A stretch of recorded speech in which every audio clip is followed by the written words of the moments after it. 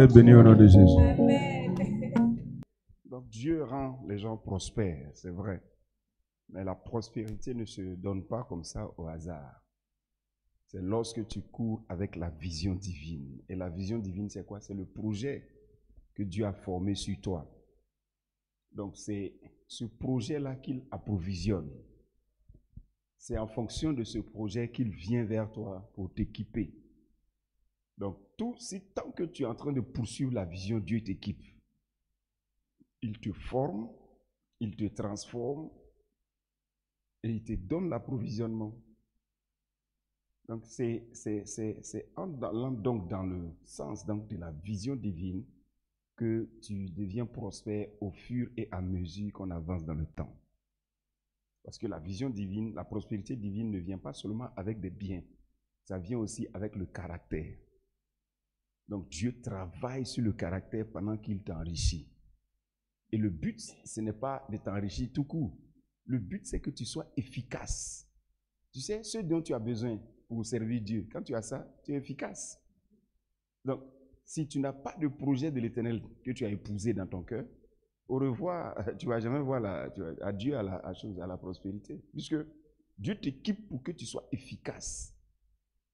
Il ne te donne pas la richesse pour que tu poursuives la vanité.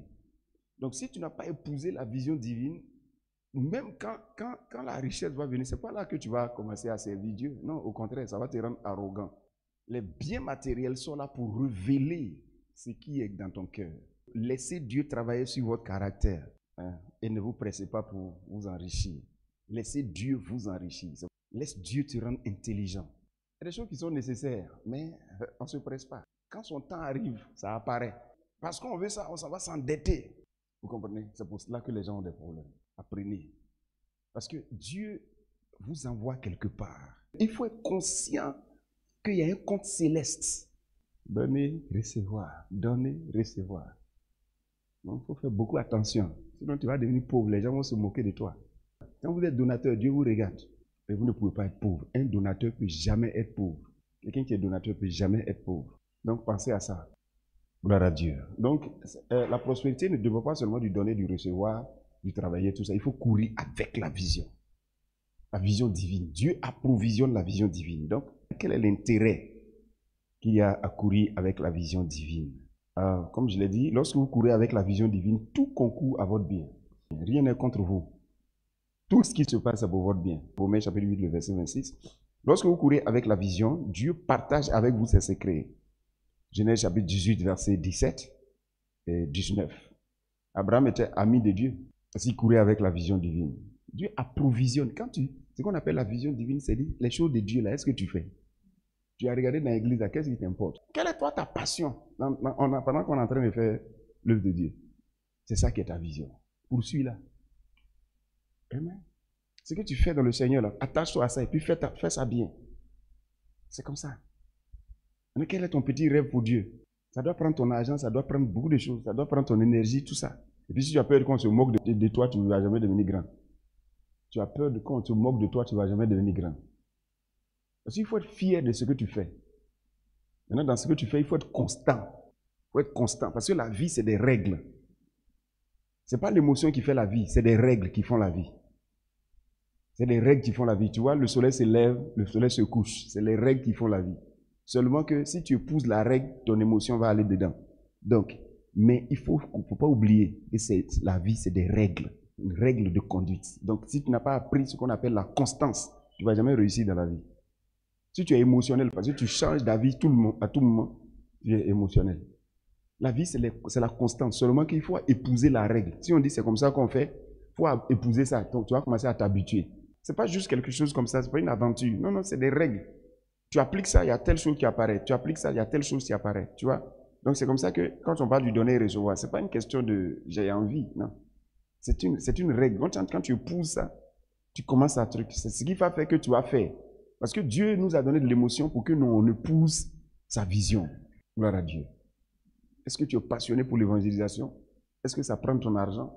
Donc, tant que tu es en train de poursuivre ça, Dieu va t'équiper, Dieu va te donner, Dieu va te faire ceci, Dieu va se battre pour. Donc, pensez à ça. Lorsque vous poursuivez la vision divine, Dieu vous équipe. Donc tout concourt à votre bien. Donc restez focalisés sur l'œuvre de Dieu. Servez Dieu. Quel que soit ce que vous faites dans le monde, quel est votre but? Ayez un but divin dedans. Ayez un but divin. C'est-à-dire, tout ce que tu fais là, ça doit être un peu rattaché à Dieu. C'est-à-dire, je fais ça pour que je sois comme ça pour l'éternel. Tu vois un peu? Ça tourne toujours vers l'éternel. La finalité, l'éternel. C'est ce qu'on dit, tu cours avec la vision. Gloire à Dieu. Alors, quand vous courez avec la vision, les anges de l'éternel veillent sur vous. Actes chapitre 27, verset 23. Un ange de Dieu à qui j'appartiens et que je sers m'est apparu cette nuit. Il m'a dit, Paul, ne crains rien, ne crains point. Il faut que tu comparaisses devant César. Et voici, Dieu t'a donné tous ceux qui naviguent avec toi. Vous voyez? Il dit, c'est pourquoi, ô homme, rassurez-vous, car j'ai confiance à Dieu qu'il en sera comme il me l'a dit. Donc Dieu donne la provision pour sa vision et non pour les individus. Vous avez entendu ça? Donc ce que vous pouvez recevoir de l'Éternel est en fonction de la vision du moment que vous poursuivez. Quelle est la vision du moment? Quelle est la vision du moment? Sa parole est une parole d'alliance. Quand tu regardes Jean le chapitre 15, verset 16, là, c'est parole d'alliance que tu vois là. Jean 15, verset 16. Il dit quoi? C'est pas vous qui m'avez choisi, mais c'est moi. Et il dit quoi? Il dit, je vous ai établi afin que vous alliez, que vous portez du fruit, et que votre fruit demeure. Donc il y a deux choses. Porter du fruit, que le fruit demeure. Deuxièmement, lui, sa part, c'est quoi? Pour que tout ce que tu demandes, il va te donner. Est-ce que tu as porté du fruit? Ton fruit demeure? Demande ce que tu veux, il va te donner. Voilà comment Dieu fonctionne. Gloire à Dieu. Alors, si tu ne comprends pas ça, tu vas pleurer tout le temps. Toujours en train de faire pitié. Non. Si tu cours avec la vision du moment, c'est quoi? C'est ce qu'on nous a demandé là. Tout ce qu'on fait aujourd'hui, on doit tout faire pour que gagner, conserver, gagner, conserver, gagner, conserver. C'est pour ça qu'il nous envoie, il nous donne les enseignements pour qu'on te donne. Donc, ce que vous pouvez recevoir de l'Éternel est en fonction de la vision du moment que vous poursuivez. Donc, ce que l'Éternel attend de vous là, c'est de rester en vie. C'est pour ça qu'il vous donne la nourriture. Deuxième chose, la connaissance nécessaire qu'il vous faut pour pouvoir poursuivre la vision. Troisièmement, la provision. Donc, il y a trois choses. Quand tu es dans la vision divine, premièrement, il te donne la nourriture pour ne pas que tu meurs. Deuxièmement, il te donne la connaissance pour que tu réussisses à faire ce qu'il te demande. Troisièmement, il te donne maintenant la provision, ce dont tu as besoin pour poursuivre la vision. Voilà les trois choses que Dieu donne. C'est pour ça que quand tu es dans la vision divine, tu ne manques pas de nourriture, tu ne manques pas de soins. Quand tu es malade, il te soigne. Deuxièmement, quand tu es dans la vision divine, qu'est-ce qu'il fait? Il te donne la connaissance. Tu ne manques pas de connaissance parce que tu as besoin d'une forme de connaissance pour avancer. Troisièmement, il te donne ce qu'il faut. Si c'est l'argent, il te donne. Si c'est les machines, il te donne. Si c'est la technologie, il te donne. Si c'est portable dont tu as besoin, il te donne. Tout ce qui est, il te donne. Il te donne ça par ses moyens, par ses manières. Mais la première chose, quand tu es engagé dans la vision divine, la première chose, ta vie est sécurisée. Parce qu'il ne veut pas que tu meurs. Donc, il te donne la nourriture. Il te protège. Parce que tu ne dois pas mourir. On a vu que Moïse, par exemple, a été exposé au danger, mais il n'est jamais mort. Pourquoi? Parce qu'en fait, il est lancé dans la vision divine. On a vu les Josué lancés dans la vision divine. Tu ne peux pas le tuer. Dieu va toujours le protéger. Donc, premièrement, protection, la vision divine. Nourriture, tout ça, pour que tu demeures en vie. Deuxièmement, tu donnes la connaissance. Donc, il ne faut pas négliger ce que ton pasteur t'enseigne parce que tu en as besoin pour poursuivre la vision. C'est pour cela que Dieu est en train de t'équiper comme ça. La connaissance. Troisièmement, la chose, le matériel maintenant. Qu'est-ce qu'il te faut? Il va te donner. Donc, c'est pour cela qu'il faut épouser la vision divine. Parce que beaucoup, quand l'argent vient dans leurs mains, ils se disent que c'est pour eux. Souvent, ce n'est pas pour toi. Souvent, ce n'est pas pour toi. C'est pour t'équiper. Pour que tu poursuives la vision divine. Amen. Mais pour se tromper comme ça, là, il faut être un avare. La plupart de ceux qui se trompent dans matière de dons, c'est des avares. Oui. C'est les avares qui gardent par devers eux ce qu'ils devaient donner. Donc, comprenez ces choses-là. Donc, tu peux te tromper si tu ne sais pas comment donner. Le donner, là, c'est très important. Ça ouvre l'esprit. Ça t'envoie la direction de l'esprit. Oui. Si tu es un donateur, tu vas voir que Dieu te guide. Parce qu'il sait que tu es comme lui. Et s'il ne te guide pas là, mais il te guide. Et il met les choses dans ton cœur. Donc quand tu te laisses conduire, ça marche pour toi. Tu es béni. Amen. Donc si tu n'as pas compris ça, ça peut te créer des problèmes. Si tu n'as pas compris que c'est dans la... Dieu t'équipe en fonction de la vision divine.